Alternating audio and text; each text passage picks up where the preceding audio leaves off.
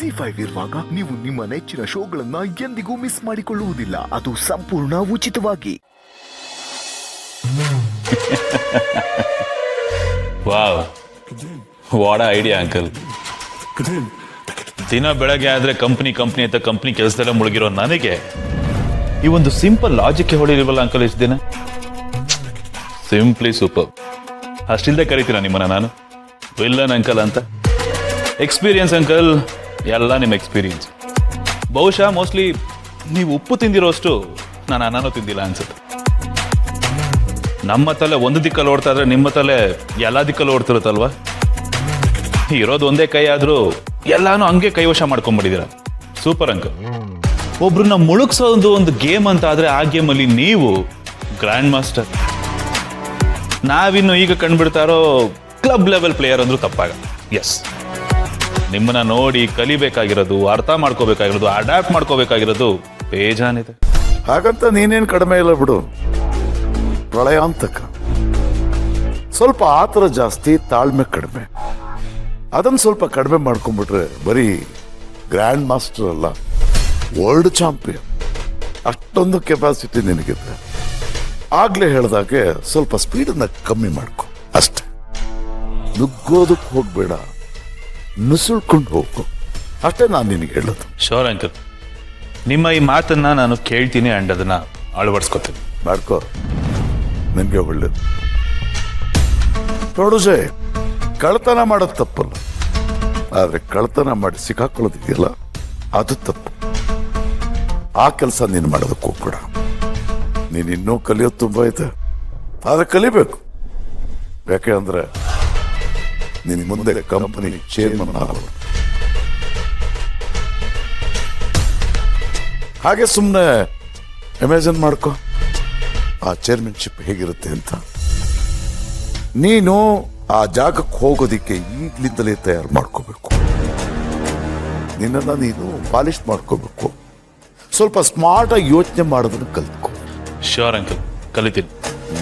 Good ಬಾಯ್. ಈಗ ಏನಪ್ಪ ಮಾಡಬೇಕು ಅಂತಂದ್ರೆ, ನಿಮ್ಮ ಕಂಪನಿಯ ಶೇರ್ ಹೋಲ್ಡರ್ಸ್ ಇರಲ್ಲ, ಅವರೆಲ್ಲರ ಡೇಟಾನ ಕಲೆಕ್ಟ್ ಮಾಡಿ ನನಗೆ ತಂದು ಕೊಡಬೇಕು. ನಾನು ಅವ್ರ ಹತ್ರ ಮಾತಾಡಿ ಡೀಲ್ ಮಾಡ್ಕೋತೀನಿ. ಅವ್ರ ಹತ್ರ ಇರೋ ಶೇರ್ಸನ್ನ ಬೈ ಮಾಡ್ತೀನಿ. ನಿಮ್ಮ ಅಣ್ಣನ ಅಂತ್ಯಕ್ಕೆ ಕಮ್ ಡೌನ್ ಶುರುವಾಗಿದೆ ಅಂತ ಹೇಳಿದ್ನಲ್ಲ, ಅದು ಈಗಲೇ. ಯಾವುದಕ್ಕೂ ನೀನು ಕಂಪ್ನಿ ಚೇರ್ಮನ್ ಆಗೋದಕ್ಕೆ ಈಗಲೇ ಪ್ರಿಪ್ರೇಷನ್ ಮಾಡ್ಕೊ. ವಾರ್ಮ್ ಅಪ್ ಮಾಡ್ಕೊಂಡು ರೆಡಿಯಾಗಿ. ಯಾವತ್ತೂ ಅದೃಷ್ಟ ಬಂದು ಬಾಗಿಲು ತಟ್ಟುತ್ತೋ ಗೊತ್ತಿಲ್ಲ, ತಟ್ಟಿದ ತಕ್ಷಣ ನೀನು ಬಂದು ಬಾಗಿಲು ತೆಗಿಬೇಕು. ನಿನ್ನ ಕೈನಲ್ಲಿ ಬೊಕ್ಕೆ ಹಿಡ್ಕೊಂಡು ನಿಂತಿರ್ಬೇಕು ವೆಲ್ಕಮ್ ಮಾಡ್ಕೊಳ್ಳೋದಕ್ಕೆ. ಶೋರ್ ಅಂಕಲ್, ನೀವು ಹೇಳ್ದಾಗೆ ವೆಲ್ಕಮ್ ಮಾಡೋದಕ್ಕೆ ರೆಡಿ ಇರುತ್ತೆ.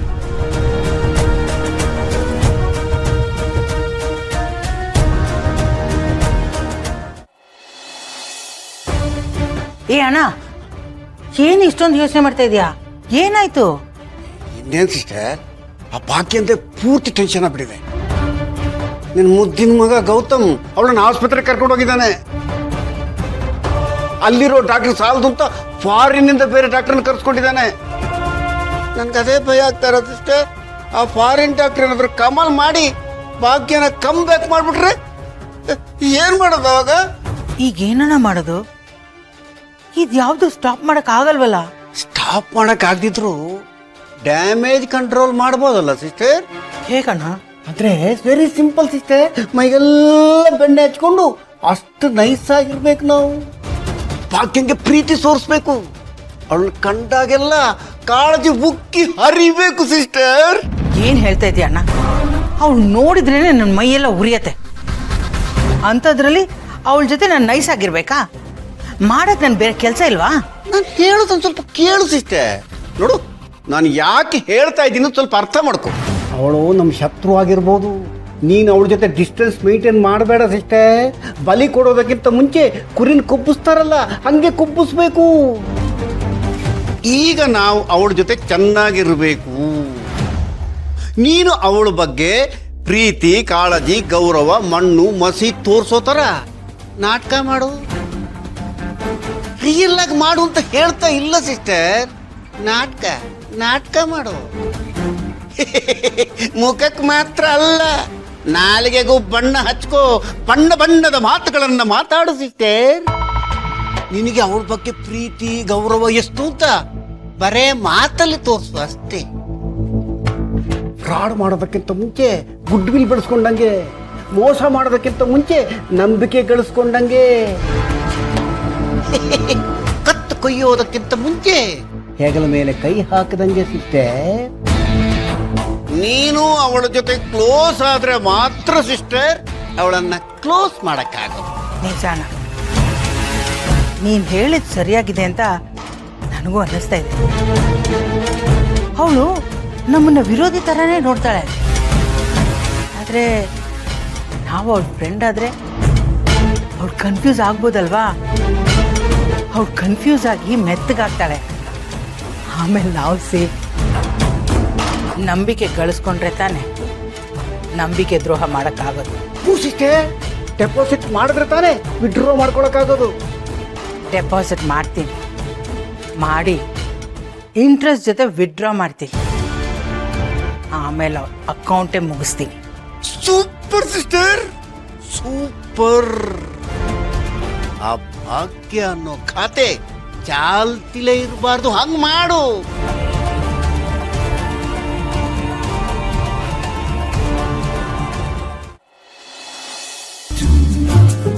ಮಂದಾಕಿನಿ, ಟೀ ರೆಡಿ ಆಯ್ತಾ? ತಂದೆ ರೀ ಪಾಪ.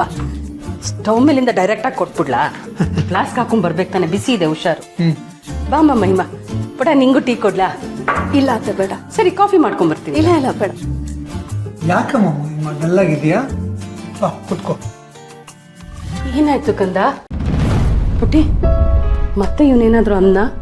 ನಿಮ್ಮಿಬ್ರ ಮಧ್ಯೆ ಏನಾದ್ರು ಜಗಳ ಆಯ್ತಾ? ಏನ್ರಿ ಇದು?